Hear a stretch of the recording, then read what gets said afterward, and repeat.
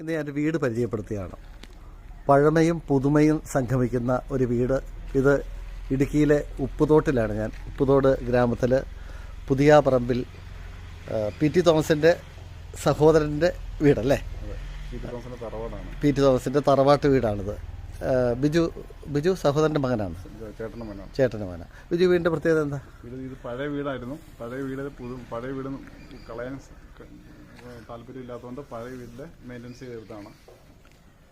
അപ്പോൾ പഴയ മേൽക്കൂരയൊക്കെ അങ്ങനെ തന്നെയുണ്ട് അല്ലേ? പഴയ മേൽക്കൂര കുറച്ചൊന്ന് ഉയരം കൂട്ടി ചെയ്തതാണ്. മച്ച് ഒക്കെ ആയിട്ട് അപ്പോൾ കുറച്ച് ഉയരം കൂട്ടി, ജനാലകൾക്ക് ഉയരമുണ്ട്, വാതിലിന് ഉയരമുണ്ട്.